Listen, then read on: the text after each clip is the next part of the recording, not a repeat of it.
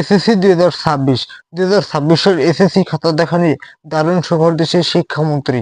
এতদিন শিক্ষার্থীরা অনেক ভয় পাচ্ছে, ভয় পাওয়ার কোনো কারণ নেই। শিক্ষামন্ত্রী আজকে জানিয়েছে, বেশ কয়েকটি সুখবর দিয়েছে। সেগুলো শুনলে খুবই খুশি হবা। কারোর জন্য ব্যাড নিউজ, কারোর জন্য গুড নিউজ। এতদিন হতো কি, শিক্ষকেরা সঠিকভাবে খাতাগুলো মূল্যায়ন করতো না। যে যোগ্য শিক্ষার্থী সে কিন্তু ফুল নম্বরটা পেতো না। দেখো, ভালো ভালো শিক্ষার্থী ফেল করে বা নাম্বার কম পায়, এ প্লাস পাওয়ার ছাত্রছাত্রী সে নম্বর পায় না, ফেল করে বসে থাকে। কিন্তু এটা এখন থেকে আর হবে না।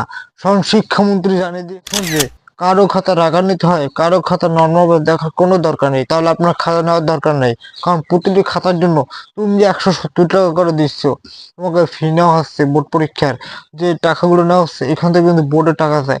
তাই প্রত্যেকটি খাতা দেখার জন্য 170 টাকা করে পায়। তাহলে সঠিক কেন খাতাগুলো দেখবে না? সেই খাতাগুলো যদি দেখে দেখায় 6-7 গ্রুপেরা দেয়, এটা আর হবে না। যদি আপনার খাতা দেখার যোগ্য হন, তাহলে আপনি খাতা নেবেন, অন্য রাষ্ট্রের খাতা নেবেন না। তাই এটাও সুখবর। যারা ভালো লাগবে তারা সঠিক নম্বরটা এই বছর পাবে, এত বছর কিন্তু পেত না। দ্বিতীয়টা সুখ হলো, তুমি যতটুকু লেখো ততটুকু নাম্বার পাবা। এতদিন হতো কি, তুমি একটা অঙ্ক করছো সম্পূর্ণ, লাস্টে ফল ভুল হয়েছে, যার কারণে তোমার পুরো অঙ্কটা বাদ। কিন্তু এটা এখন আর সেটা হবে না।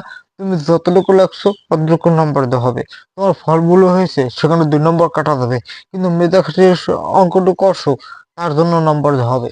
এই জন্য শিক্ষকদেরকে ধন্যবাদ। এবছর অনেকে ভালো রেজাল্ট করবে, শুধুমাত্র সঠিকভাবে খাতা দেখার জন্য। কারণ প্রতি বছরে খাতা দেখার অনিয়মের কারণে অনেক শিক্ষার্থী ফেল করে।